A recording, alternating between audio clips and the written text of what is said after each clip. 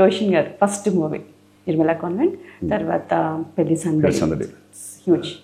తర్వాత చాలా రోజుల వరకు మూవీ అనేది లేదు. ఇప్పుడు ఛాంపియన్ జరుగుతుంది. ఛాంపియన్ ఆల్రెడీ అయిపోయింది, ఇంకా 15 days మన స్వప్న వాళ్ళది.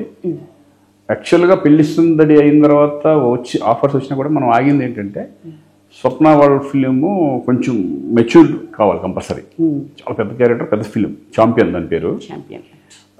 దాని గురించి ఏంటంటే సరే 1.5 yearలో స్టార్ట్ చేస్తాం అనుకుంటే ఒక బాడీ బిల్డప్ చేసుకుంటూ దాన్ని చేసుకుంటూ వెళ్ళాం. అనుకోకుండా 3 years అవుతుంది. ఆ 3 yearsకి ఏంటంటే ఆ టైంకిను ఈ క్యారెక్టరైజేషన్కి సరే ఇంకో మధ్యలో వచ్చి ఏది ఒప్పుకోద్దులే అని చెప్పేసి మధ్యలో ఒకటి వృషభం అని ఏదో చేసాం అనుకున్నాము. ఇంకా అది కూడా క్యాన్సిల్ చేసేసుకొని ఓన్లీ దీని మీద కాన్సన్ట్రేట్ చేసి ఇంకొక 15 daysలో అయిపోతుంది. అది చాలా పెద్ద ఫిలిము. దాని గురించి వెయిట్ చేశాడు వాడు. ఇంక వద్దున్నాను, ఈ మధ్యలో ఏం పెట్టద్దు, ఇదే దాని మీద కాన్సన్ట్రేట్ చేద్దాం. వాళ్ళు కూడా అదే అన్నారు, స్వప్న పెద్ద ఫిలిం కదా, చాలా ఎమోషనల్ పీరియాడికల్ ఫిలిం, అది వద్దులే అనుకుని దాని గురించి వెయిటింగ్ అనమాట. రోషన్కి అసలు ఈ హీరో అవ్వాలనేది ఇంట్రెస్ట్ ఎప్పుడు క్రియేట్ అయింది? యాక్చువల్గా వాడికి నేను క్రికెట్ చేద్దామని, నాకు క్రికెట్ ఇష్టం కాబట్టి క్రికెట్ 5 years నుంచి వాడిని నేను ఇది మార్నింగ్ తీసుకెళ్ళడం 4 తను ఉమా కానీ నేను కానీ 4 o'clock 5 o'clock లేచి రాజు క్రికెట్ క్లబ్ ఉండేది ఇక్కడ, ఆ క్లబ్లో జాయిన్ చేయించి స్టేట్ అండర్ బి వరకు వెళ్ళాడు. సెలక్షన్ టైంలో ఇది రావడం, అప్పుడు 10th కదా, నిర్మలా కాన్వెంట్ ఫిలిం రావడం, నాగార్జున గారు ఇది చేయడం, ఆయన బ్యానర్లో జీకే గారు అని వచ్చాడు. వాళ్ళు ఎంత వచ్చిన తర్వాత తెర చేస్తామంటే చేస్తాను అంతే సింపుల్. అంతే, మైండ్ మొత్తం మారిపోయింది. No cricket nothing. ఇంకా అక్కడ నుంచి తర్వాత ఎల్ఏ వెళ్ళాడు. ఎల్ఏలో లీస్టర్ దాంట్లో డిప్లొమా చేశాడు, యాక్టింగ్ దాంట్లో. వచ్చి ఇంకా మనకి ఇంకా ఎంగలో మళ్ళీ వెళ్ళి ప్రభుదేవ ఫిలిం దబాంగ్ 3లో అసిస్టెంట్ డైరెక్టర్గా జాయిన్ అయ్యాడు బాంబే వెళ్ళి. ఇంకా అక్కడే ఫుల్ ఫిలిం 1 year ఇంకా అక్కడే ఉండి సపరేట్ రూమ్ తీసుకొని కావాలన్నా ఇక్కడి నుంచి పంపించి మాకేమో టెన్షన్, ఏంటో బాంబే అనేవాడికి ఇదేంటి రావు అని ఈ టైప్ టెన్షన్ అన్నీ ఉంటాయి కదా. బట్ అన్నిటికీ ఇది వచ్చి నీట్గా వచ్చి తర్వాత పెళ్లి సందడి రాగానే రాఘవేంద్ర గారు పిలిపించి మళ్ళీ టైటిల్ 25 సంవత్సరాల తర్వాత దాంట్లో పెళ్లి సందడి చేయడం. ఇంట్లో ఫన్గా జోవియల్గా జరుగుతూ ఉండగా రోషన్ గారు సడన్గా హీరో అయిపోయినప్పుడు ఇంట్లో ఎన్విరాన్మెంట్ మారిపోయిందా? ఇట్ ఈస్ లైక్ ఎలా ఉండింది? ఏం మారేది ఏముంటుంది అంటే చిన్నప్పుడు ఒక రకంగా ఉంటారు, కొంచెం పెద్ద అయిన తర్వాత కొంచెం వాళ్ళ ఫ్రెండ్స్ వాళ్ళు సరదాగా వాళ్ళు ఉంటుంది కదా. ఇప్పుడు ఇదివరకు అయితే మనతో పాటు తిరిగేవాళ్ళు, ఎక్కడన్నా పిక్నిక్కి వెళ్ళినా మనతో పాటు వచ్చేవాళ్ళు. ఇప్పుడు వాళ్ళు కొంచెం అంత అయిన తర్వాత వాళ్ళ ఇండివిజువాలిటీ అనేది వాళ్ళకు ఉంటుందిగా. ఇప్పుడు మనతో పాటే అనేది ఉండదు. అలా ఎప్పుడు కలిసి ఇంట్లో ఉంటాం, అందరం హ్యాపీగా. షూటింగ్ స్పాట్స్కి వస్తూ ఉండేవారా మీతో చిన్నప్పుడు? చాలా తక్కువ. అంటే మేము ఫారిన్ వెళ్ళినప్పుడు చిన్నప్పుడు ఏది మరీ ఒక 10th లోపలే, 10 years లోపలే ఎక్కువ న్యూజిలాండ్ అండ్ స్విట్జర్లాండ్ అట్లా ఎక్కువ వచ్చేవాడు. సాంగ్స్ అప్పుడు వచ్చేవాడు.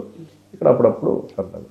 ఎంత పెద్ద హీరో అయినా కొడుకులు కానివ్వండి, లైక్ వాళ్ళకి సంబంధించిన రిలేటివ్స్ కానివ్వండి, ఇండస్ట్రీలోకి చాలా మంది వస్తూ ఉంటారు.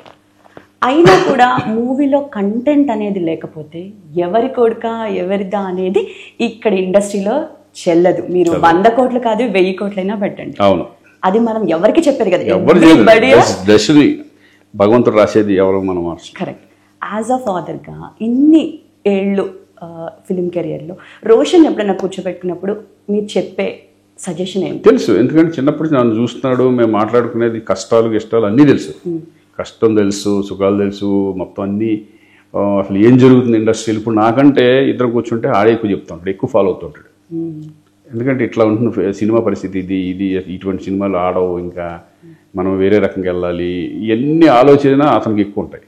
రోషన్కి కష్టసుఖాలు అన్నీ తెలుసు, బిహేవియర్ ఎలా ఉండాలి, ఏంటి ఎలా కష్టపడాలి, టైమింగ్కి ఎలా వెళ్ళాలి అన్నీ తెలుసు. ఎందుకంటే ఇక్కడ చాలా ఇంపార్టెంట్ అన్నిటికంటే డెడికేషన్, వర్క్ మీద డెడికేషన్ అనేది చాలా ఇంపార్టెంట్. నువ్వు ఏమన్నా బయట అందన్నా చేసుకో, కానీ టైం అంటే టైంకి వెళ్ళిపోవాలనేది మాత్రం పంక్చువాలిటీ అనేది 100% ఉండాలి. అదే ఇప్పుడు సినిమా చేసేటప్పుడు నేను చూస్తున్నాను కదా, ఎవరి పర్ఫెక్ట్ ఏ టైం చెప్తే ఆ టైంకి వెళ్ళిపోయి కూర్చుంటాడు. అది చేయిపోని అనవసరం. ఒకసారి లేట్ అవుతుంది, హాఫ్ డే కూడా ఒకసారి రాకపోవచ్చు, ఇరిటేషన్ ఫీల్ అవ్వకూడదు. ఇది ఒక ప్రొఫెషన్ అంటే కూర్చొని వెయిట్ చేయాలి. ఛాంపియన్ మూవీలో ఇప్పుడున్న ట్రెండ్ 6 ప్యాక్ 8 ప్యాక్ అసలు బాడీ బిల్డప్ కానీ, ఒకప్పుడు హీరో అంటే యాక్టింగ్ బాగా చేస్తారా, డాన్స్ బాగా చేస్తాడా, ఇందులో ఇప్పుడు చాలా క్వాలిటీస్. బాడీ అనేది కంపల్సరీ అయిపోయింది. బాడీ అనేది మెయిన్ ఇంపార్టెంట్ అయిపోయింది. అలాగే ఆ క్యారెక్టర్ తగ్గట్టుగానే బాడీ రెడీ చేసుకుంటాడు. ఎందుకంటే జిమ్ రెగ్యులర్ వాడు ఏ క్యారెక్టర్కి ఎలా ఉండాలి దాన్ని బట్టే ఫాలో అవుతూ ఉంటాడు. అప్పట్లో మేము అంతా చేసేవాళ్ళం కాదు, ఏదో అలా వెళ్ళిపోయేది. సినిమా 1-2 కాదు, 100. అసలు గ్యాపే దాని గురించి ఆలోచనే ఉండేది కాదు. అప్పుడు కూడా అయితే దీని మీద ఎక్కువ హీరోస్కి ఉండేది కాదు. ఇప్పుడు తర్వాత జనరేషన్ నుంచే కొంచెం ఈ జిమ్ ఇవన్నీ లేటెస్ట్ ఎక్విప్మెంట్స్ అవి ఇక దాని మీద ఎక్కువ యూత్ అంత దాని మీద అయ్యేపటికి ఇప్పుడున్న జనరేషన్ బాగా దాని మీద ఎక్కువ కాన్సన్ట్రేట్ చేస్తారు. మేధ గారు తను అట్లా కెనడాలో చదువుతుంది. ఇప్పుడు కెనడాలో ఉంది, 4th year మార్కెటింగ్ చేస్తాను. తనకి మూవీ ఇంట్రెస్ట్ ఉందంటారా? ఉంది, తనకు కూడా ఉంది. డెస్టినీ ఎలా తీసుకెళ్ళినా చూద్దాం. బట్ నేను మగవాళ్ళని కానీ పిల్లల్ని కానీ వాళ్ళ ఇష్టాన్ని బట్టి జాగ్రత్తగా కొంచెం దగ్గర ఉంటాం కాబట్టి. ఎప్పుడన్నా కాన్వర్సేషన్ వచ్చి శ్రీదేవి కూతురు జాన్వీ కపూర్ని ఇప్పుడు ఇన్స్టాగ్రామ్ ఫాలోయింగ్ అనేది అందరికి, తనకు కూడా ఆ ఫీలింగ్ ఎప్పుడైనా మీతో షేర్ చేసుకోవడం జరిగిందా? ఇలా కూడా నేను మూవీ చేయనా డాడీ అని. ఎవరు? మేధ. ఎలా కూడా అంటే మేధ కూడా నేను కూడా ఒక జాన్వీ కపూర్ లాగా, లైక్ సోనమ్ కపూర్ లాగా ఇట్లా నేను కూడా కొన్ని క్యారెక్టర్స్ చేయాలి, శ్రీకాంత్ డాటర్ గా మంచి పేరు తెచ్చుకోవాలి హీరోయిన్ గా. తనకు ఉంది ఎలా వెళ్ళాలి అంటే ఇంక అంతవరకు ఆలోచన రాలా. సినిమా ఇంట్రెస్ట్, డ్యాన్స్ చాలా బాగా చేస్తుంది తను.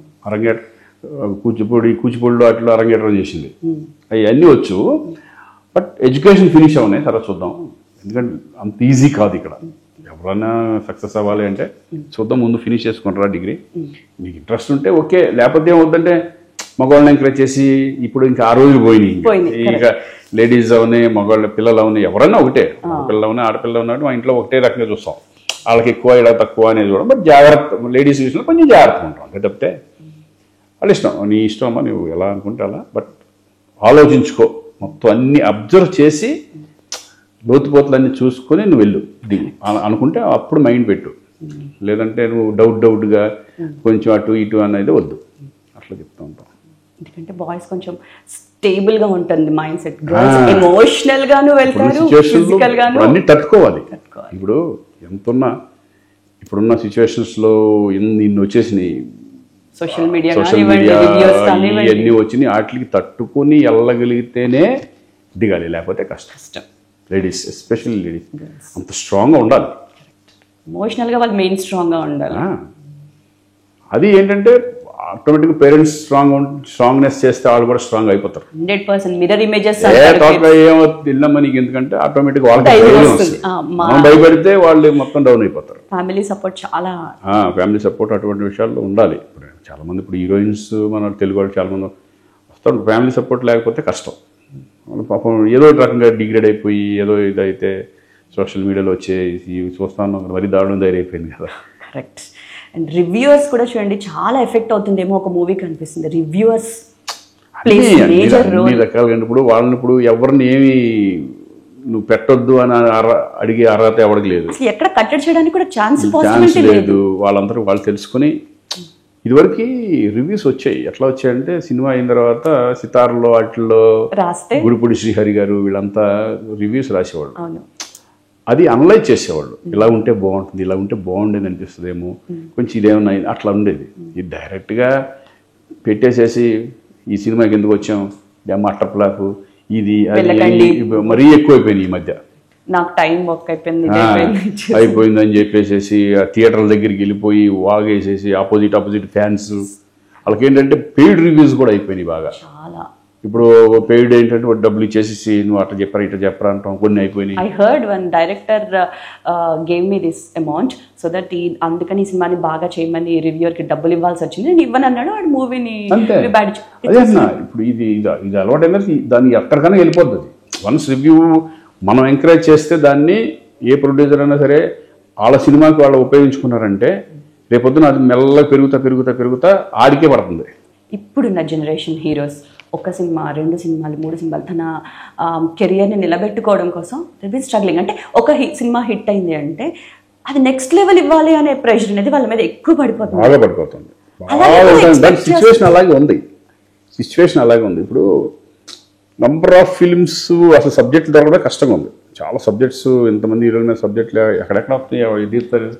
అంతే. ఇప్పుడు మామూలు సినిమా ఇప్పుడు రోషన్ విషయం తీసుకోండి, పెళ్లి సందర్భం తర్వాత ఆగాం ఎన్ని 3 సంవత్సరాలు. అసలు యాక్చువల్గా ఫస్ట్ ఉన్న హీరో ఆగక్కర్లా, కంటిన్యూ చేసుకుంటూ వెళ్ళిపోవాలి. ఒక 10 సినిమాలు 15 సినిమాలు చేసుకుంటూ వెళ్తే ఆడియన్స్ నలగాలి ఒక రకంగా. నలిగి అప్పుడు మంచి బ్యూటిఫుల్ సెలక్షన్ చేసుకొని ఒకటి కొడితే 2-3 కొడితే వెళ్ళిపోతూ ఉంటాం.